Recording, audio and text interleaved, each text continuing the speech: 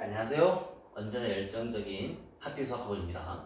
이번에 얼마 전에 실시한 철산중학교 3학년 기말고사 문제를 분석해 보도록 하겠습니다. 일단 유형별 문항을 살펴보면 객관식으로만 문제가 출제되었음을 알 수 있습니다. 지난 3년치 기출문제의 난이도를 한번 살펴보게 되면 이번에 출제된 2021년도는 하레벨이 11개, 중레벨, 상레벨이 6개, 5개가 출제가 되었고요. 지난 20년도와 19년도는 이렇게 출제가 되었습니다. 자, 그런데 작년 2020년도는 코로나로 인해서 학교 난이도를 좀 낮춰서 문제를 냈기 때문에 하레벨 문제가 다소 많았었고요. 철산중학교는 원래 전통적으로 19년도와 이번에 보는 것처럼 하레벨과 중상 레벨의 문제를 합한 수가 거의 비슷한 편입니다. 하레벨과 중상 레벨의 비중을 이렇게 보시면 되겠습니다.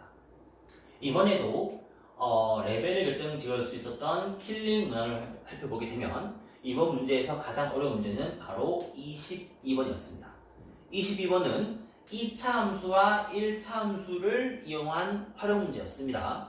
그런데 이 문제는 사실상 2차 함수보다는 1차 함수에 좀 더 가까운 문제였고요. 이 문제는 고등학교 1학년 아이들이 지금 고등학교 1학년 아이들이 풀고 있는 도형의 방정식 문제라고 해도 무관할 정도의 문제 유형이었습니다. 지금 고등학교 1학년 아이들한테 이 문제를 풀어보라고 하면 제가 판단했을 때는 웬만한 상위권이 아니면 이 문제를 쉽게 풀기는 힘들 것으로 보입니다. 그 정도의 난이도가 나왔고요. 제가 조심스럽게 말씀을 드리면 중학교 과정에서는 직선과 직선끼리의 직교 관계에 대한 이야기를 많이 언급하지 않습니다. 직선과 직선끼리 직교 관계는 고등학교 1학년 때 많이 언급을 하는 편인데 지금 이 문제에서는 직선과 직선 간의 관계를 물어보면서 아이들이 다소 힘들게 느껴지지 않았을까. 또한 넓이를 구하는 과정에서 많이 힘들었을 것으로 보입니다. 자, 22번은 제가 한 몇 년간 봤던 철산중학교 문제 중에선 가장 어려운 문제 유형이었던 것으로 판단하고 있고요. 나머지 13번 문제는 2차 방정식의 실생활 문제였습니다. 사실 이 문제는 거의 대부분의 교재에 다 수록이 되어 있는 가장 무난한 문제 유형입니다. 사실은 무난하고 실제로 아이들도 몇 번을 접해봤을 법한 문제이긴 한 건 사실입니다. 그렇지만 숫자가 복잡하고요. 거기에 따라서 문제를 풀다가 실수할 수 있는 여력이 많기 때문에 어떻게 보면은 실수 싸움으로 갈 수 있지 않을까라고 생각을 합니다. 그리고 제가 언급하지 않았지만 2차 함수를 이용한 2차 함수의 대칭성을 이용한 도형 문제가 두세 문제가 출제가 되었고요. 그 두세 문제는 실제로 다른 학교였다면 그 문제가 가장 어려운 문제야라고 말할 수 있을 정도로 난이도가 높은 문제였었습니다. 그렇기 때문에 이번 시험 문제가 대체적으로 좀 높았던 걸로 보이고요. 만점자가 한 반에 한 두세 명 정도이지 않을까. 학교 시험에서 중학교 레벨에서 만점자가 두세 명이면 많은 편이 아닙니다. 한 5명 정도가 되는 게 거의 평범한 레벨인데 이번 중학교 3학년 아이들은 한 반에 2명 혹은 3명 정도가 만점인 것으로 보이고 그것보다 적은 반도 있습니다. 사실. 그리고 90점대 이상의 학생들 또한 많지는 않을 것으로 보입니다.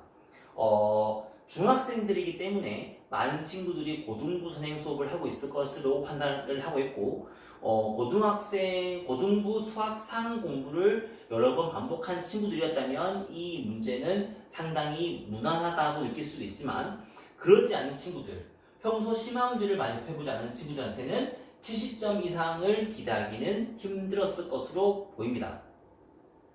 다시 한번 말씀을 드리면 좀 더 전반적인 총평을 한번 말씀을 드리게 되면 이번에 크게 어려웠던 문제는 한두 문제였던 건 사실입니다. 하지만 그 문제를 제외하고도 대체적인 난이도가 되게 높았기 때문에 아이들이 느끼는 부담감은 컸을 것으로 보이고 저는 학교 시험 문제를 평가할 때 어려운 문제가 몇 개입니까를 가지고 난이도를 평가하는 게 아니고 중간 레벨 문제랑 상 레벨 문제가 전반적으로 몇 개입니까?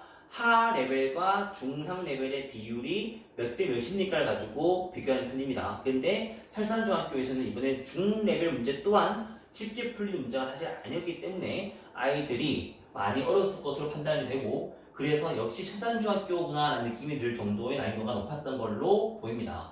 그래서 그런데 아까 말씀드렸지만 선행 공부를 어느 정도 한 친구들이라면 수월했을 것으로 보이고요.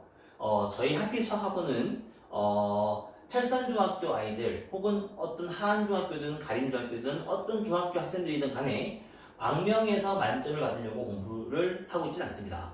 물론 광명에서 지금 속해져 있는 학교에서 만점을 받는 게 가장 중요한 목표이긴 하지만, 그것보다 더 중요한 목표는 지금 하고 있는 과정을 마무리 짓는 게 상당히 중요합니다. 특히 3학년의 경우는 2차 방정식과 2차 함수가 얼마나 잘 되어 있는지에 따라서 고등학교 수학을 공부할 때 얼만큼 수월하게 공부할 수 있는지가 정해지기 때문에, 저희는 이번에 공부를 할 때 부모님들이라든가 아이들한테 미리 공지를 한 게 중학교 3학년 레벨에 멈추지 않는 거다.